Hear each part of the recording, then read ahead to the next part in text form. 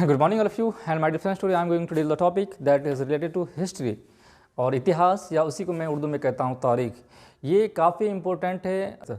हम जानते हैं कि हमारे जो पूर्वज हैं या हमारे एंसेस्टर हैं या हमारे जो इतिहासकार हैं, उनका कहना है कि जो history is a text, history जो है वो एक ग्रंथ है which tells us about a past, जो हमें अतीत में हुई घटनाओं के बारे में जानकारी देता है, विच इज़ डेफिनेटली हैपेंड, जो निश्चित तौर पे हुई हो उसे हम इतिहास कहते हैं या हिस्ट्री कहते हैं, या उसी को मैं उर्दू में तारीख़ कहता हूँ।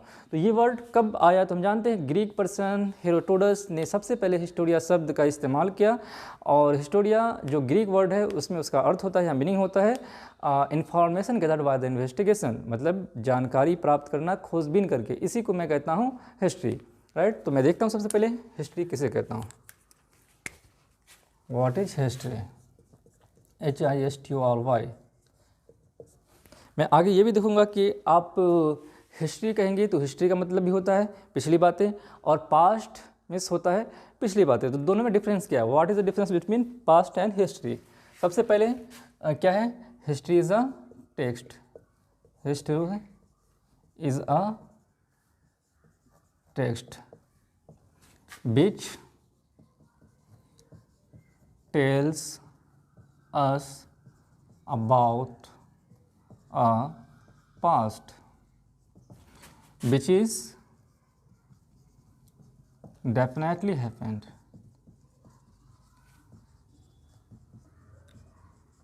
या मैं इसी को हिंदी में कह सकता हूँ इतिहास। इतिहास एक ऐसा ग्रंथ है, इतिहास एक ऐसा ग्रंथ है जो हमें अतीत में हुई घटनाओं के बारे में जानकारी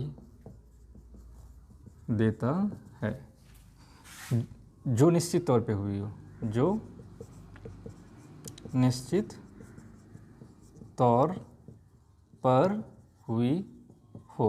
राइट, तो जो निश्चित तौर पे हुई हो, तो ये वर्ड किससे आया? आप जानते हैं हिस्टोरिया शब्द से लिया गया है, जो ग्रीक वर्ड है हिस्टोरिया। कौन सा वर्ड है? ग्रीक वर्ड, जिसका मतलब होता है information gather by the investigation. Information gather by investigation.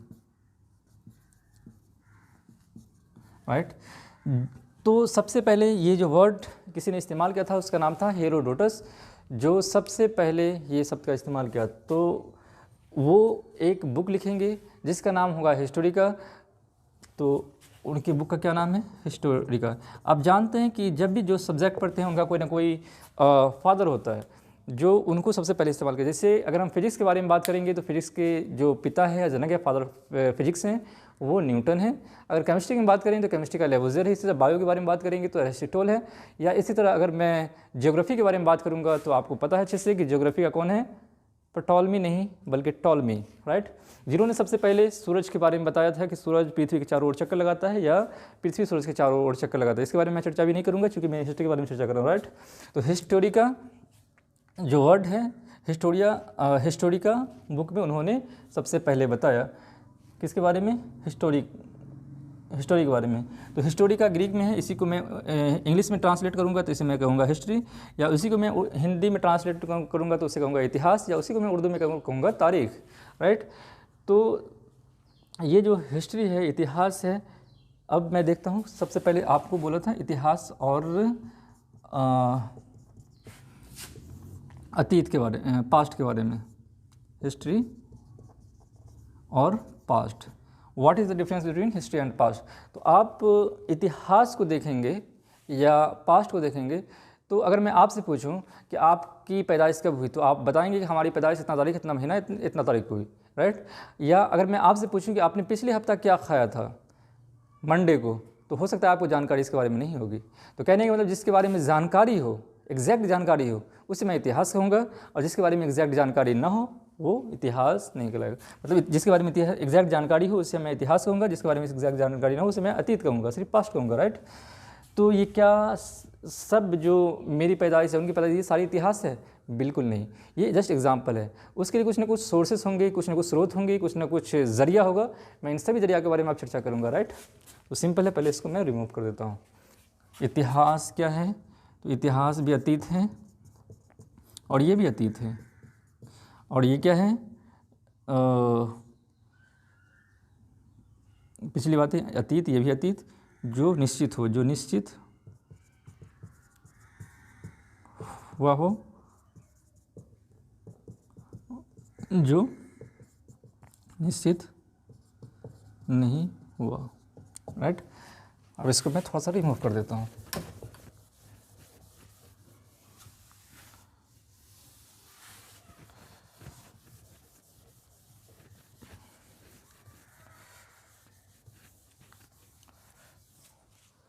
वो कौन सा सोर्सेस है मैं सबसे पहले देखता हूँ। सोर्सेस, या उसी को मैं कहता हूँ हिंदी में स्रोत, या उसी को मैं उर्दू में कहता हूँ, जो बंगाल के लोग हैं वो अच्छे से देखेंगे, जरिया, right. There are 3 type of sources like archaeological sources, literary sources and description of foreigner. The first one is archaeological sources, archaeological sources, या इसी को मैं हिंदी में ट्रांसलेट करूं तो हिंदी में मैं कह सकता हूं पुरातात्विक स्रोत। तो पुरातात्विक, या आप अगर 11th में पढ़ रहे होंगे या 12th में तो अक्सर क्वेश्चन में आते हैं पुरातात्विक स्रोत किसे कहते हैं।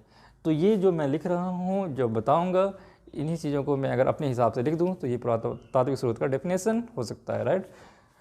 तो आर्कोलॉजिकल सोर्सेस, या इसी को मैं उर्दू में कहूँगा आसार कदीम, आसार कदीम, राइट।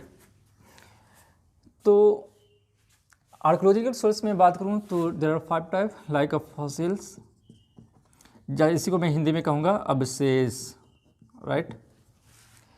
अगर मैं यहाँ पे खोदना शुरू करूँ, ज़मीन की खुदाई करूँ, यहाँ पे अगर कुछ एक बंदे का पूरा प्योर हड्डी निकलता है, मतलब कंकाल निकलता है, फिर और इधर गड्ढा करूँ फिर इधर भी कंकाल निकले, फिर वहाँ भी गड्ढा करूँ फिर कंकाल निकले, तो इससे हमें क्या पता लगेगा? इससे पता लगेगा कि यहाँ पे हो सकता है कब्रिस्तान रहा हो। तो यही है अवशेष, जब खुदाई से हमें पता लगता है कि यहाँ कहाँ पर कौन सी चीज़ें हैं। जैसे हो सकता है मैं कहीं पर खुदाई करने लगा और वहाँ पे एक बिल्डिंग नीचे धंसा मिला, उससे क्या पता लगा कभी ना कभी भूकंप आया होगा, ये जो बिल्डिंग है ज़मीन के अंदर धंस गई होगी। तो ये हमें किसी के बारे में पता लगता है, जो अवशेष है उससे हम कहेंगे फॉसिल या अवशेष। या नंबर 2 पे आता है इंस्क्रिप्शन, इंस्क्रिप्शन,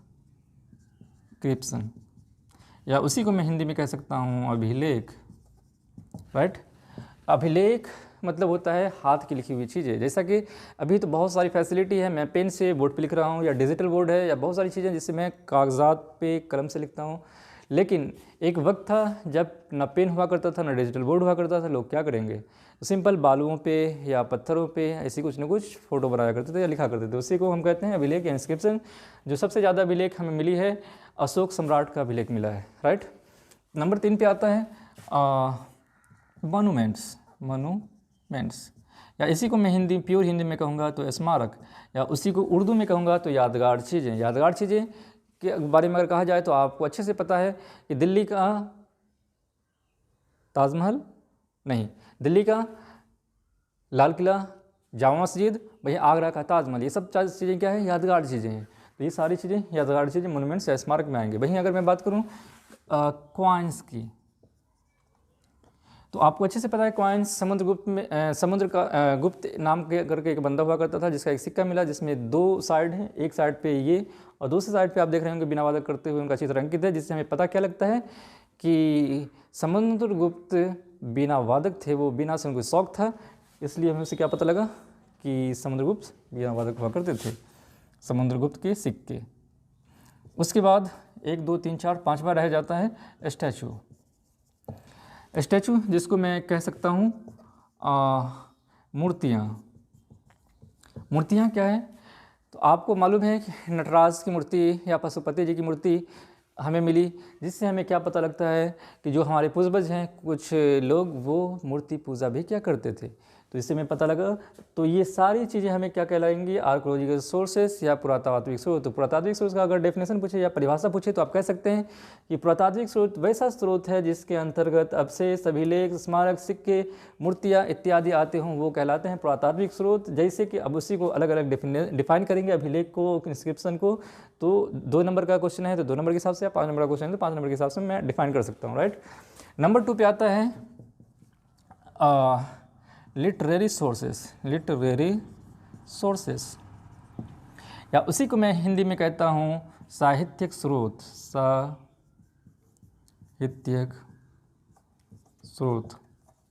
राइट। अब साहित्यिक मतलब लिखावटी चीज़ों में बात करें तो 2 तरह की चीज़ें हैं, या तो रिलीजियस होगी या नॉन रिलीजियस होगी।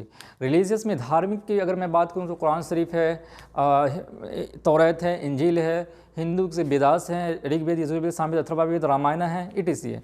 जैसे कुरान शरीफ के बारे में बात करूं तो कुरान शरीफ में भी जिक्र है इसका, जिसमें एक समुद्र जिसमें 2 पानी के रहते हुए दोनों आपस में नहीं मिलता, जिसका जिक्र सूरह लुकमान में, सूरह रहमान में है, मरजल बहरैन यल्तक़ियान, आप देख सकते हैं। या अगर हम कुरान शरीफ में और भी चीज़ें बात करें, जैसे फ़िरऔन की लाश के बारे में जिक्र मिलता है, तो ये सारी चीज़ें रिलीजियस बुक में आ जाएंगी। रिलीजियस कौन सा, कुरान या तौरात या इंजील। तौरात को इंग्लिश में कहते हैं जो ओल्ड टेस्टामेंट, और इसको कहते हैं न्यू टेस्टामेंट। इसी तरह वेदास या और भी रामायण, इटीसी। अगर नॉन रिलीजियस की बात करूं तो आप जानते हैं कि कालिदास बहुत ही गजब बंदा था। जैसा कि अभी हमारे आसपास में अगर कोई किसी की केमिस्ट्री हम देखते हैं तो उसे एक दूसरे के कानों में भरते हैं और वो पूरे में फैल जाता है, लेकिन कालिदास एक ऐसा बंदा था जो किसी की केमिस्ट्री को देखता तो डेली का डेली देखता और उसे एक किताब की शक्ल दे देता था। जब बाद में वही बंदा देखता चौंकता, अरे वाह ये क्या हो गया, ये तो मेरी सारी जो केमिस्ट्री उनकी एक बुक की शक्ल दे। जैसे कालिदास एक बंदा था, कालिदास, जिन्होंने एक बुक लिखा जिसका नाम था अभिज्ञान शकुंतलम। मतलब अभिज्ञान करके एक बंदा था और शकुंतलम नाम की एक बंदी थी, जिनकी केमिस्ट्री को देखा और उनके बारे में पूरा हिस्ट्री उसका लिख दिया। तो ये नॉन रिलीजियस बुक है। इसी तरह आप कहेंगे चाणक्य की कौन सी बुक है, अर्थशास्त्र, राइट। तो ये हमारी लिटरेरी सोर्सेस हैं। भाई अगर मैं तीसरी बात करूं तो डिस्क्रिप्शन ऑफ फॉरेनर, या उसे मैं इंग्लिश में हिंदी में कह सकता हूं विदेशी यात्रियों का विवरण। तो विदेशी यात्री कोई विदेश का बंदा भारत में आएगा, भारत में रहेगा और यहाँ की इन्वायरमेंट वगैरह को देखेगा, कल्चर को देखेगा और वो अपने देश में जाकर उसके बखान करेगा, उसे मैं कहूँगा डिस्क्रिप्शन ऑफ फॉरेनर। तो सिंपल हम जानते हैं कि सबसे पहले मोरक्को का रहने वाला इब्न बतूता जो भारत में आया, भारत में रहा और यहाँ से जाने के बाद अपने देश में इसका बखान किया और उन्होंने एक रिहला नामक पुस्तक लिखकर उसमें सारा डिटेल दिया। तो ये आएगा किसके अंतर्गत, तो डिस्क्रिप्शन ऑफ फॉरेनर के अंतर्गत। वहीं अगर मैं बात करूँ तहकीक हिंद, जो सऊदी अरब का बंदा था जिसका नाम था अल बिरूनी, जो भारत में आया और भारत में रहकर भारत के एनवायरनमेंट वगैरह को देखा और वो अपने देश में जाकर एक बुक लिखते हैं जिसका नाम होता है तहकीक हिंद। आप जानते हैं कि मुसलमानों में तहकीक करने की सबसे अच्छी आदत है। कहने का मतलब जैसे आप कुरान से पढ़ेंगे सूरह अल-हुज़ुरात में तो वहाँ पे भी जिक्र है, या अय्युहल्लज़ीना आमनू इन जाअकुम फासिकुम बिनबइन फतबय्यनु अन तुसीबू कौमन बिजहालतिन फतुसिबू अला मा फअल्तुम नादिमीन। मतलब ए ईमान वालों, तुम एक खबर को दूसरे तक न फैलाओ जब तक वो तुम उसकी अच्छे से तहकीक कर लिया करो। ऐसा ना हो कि कभी तुम एक दूसरे को परेशानी में मुब्तला कर दो। कहने का अर्थ ये है कि तहकीक वाला जो मामला है वो सऊदी अरब से जुड़ा हुआ है। तो तहकीक हिंद कौन लिखेगा, तो तहकीक हिंद लिखने वाले हैं वो सिर्फ एक ही बंदा जिसका नाम है अल बिरूनी। इसी तरह और भी है, फाहयान है, हंसांग है, इन सबको छोड़ते हैं। कहने का मतलब इन सारी चीज़ों पे आर्कोलॉजिकल सोर्सेस, लिटरेरी सोर्सेस और डिस्क्रिप्शन ऑफ फॉरेनर, इन तीनों में खरी उतरती है तो वो कहलाएगा हमारा हिस्ट्री, अदरवाइज ये हिस्ट्री नहीं कहलाएगा, राइट। तो हम कह सकते हैं इतिहास एक ऐसा ग्रंथ है जो हमें अतीत में हुई घटनाओं के बारे में जानकारी देता है, जो निश्चित तौर पे हुई है और जिनका कुछ स्रोत हो, ख़ास तौर से पुरातात्विक स्रोत, साहित्यिक स्रोत और विदेशी यात्रियों का विवरण, तो ये कहलाएगा हमारा इतिहास, राइट। अब इतिहास को हम कितने पार्टों में डिवाइड करेंगे? हम जानते हैं कि हर कुछ का, अगर कपड़े के बारे में बात करें तो कपड़ा है या तो पुराना होगा या तो नया होगा या तो बीच वाला होगा, मीडियम जो हम जिसको इस्तेमाल करते हैं। तो इसी तरह इतिहास को भी 3 पार्टों में डिवाइड किया गया है। एक है पुराना इतिहास, एक है बीच वाला इतिहास और तीसरा है मॉडर्न आधुनिक इतिहास। तो हम इसको देखते हैं। अब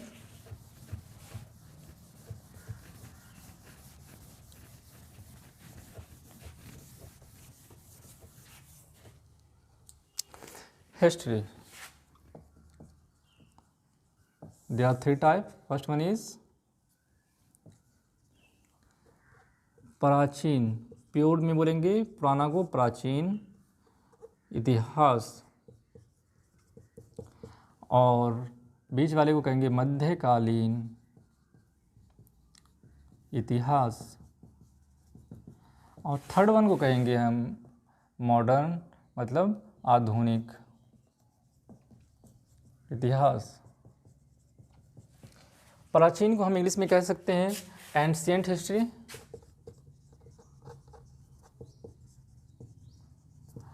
मध्यकालीन को मेडिवल,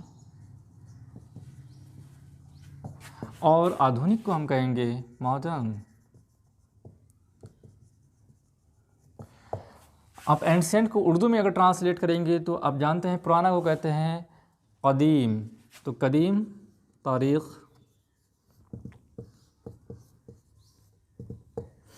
मध्यकालीन को हम कहेंगे कुरून बस्ती,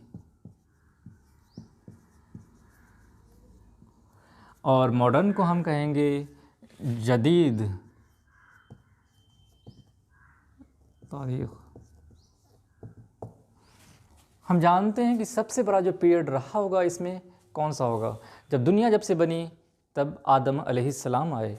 आदम अलैहिस्सलाम से लेकर जब इंसान न कुछ जानता था, न कुछ बोलना, न कुछ लिखना जानता था, तब से लेकर जब भारत में कोई मुस्लिम आया तब तक के इतिहास को मैं कहता हूँ प्राचीन इतिहास, प्राचीन भारत। तो इसको मैं कह सकता हूँ अननोन पीरियड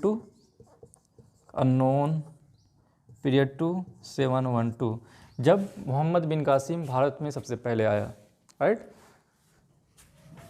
अब हम जानते हैं इसको भी हम फिर से 3 पार्टों में डिवाइड कर देंगे। एक होगा प्रागैतिहासिक,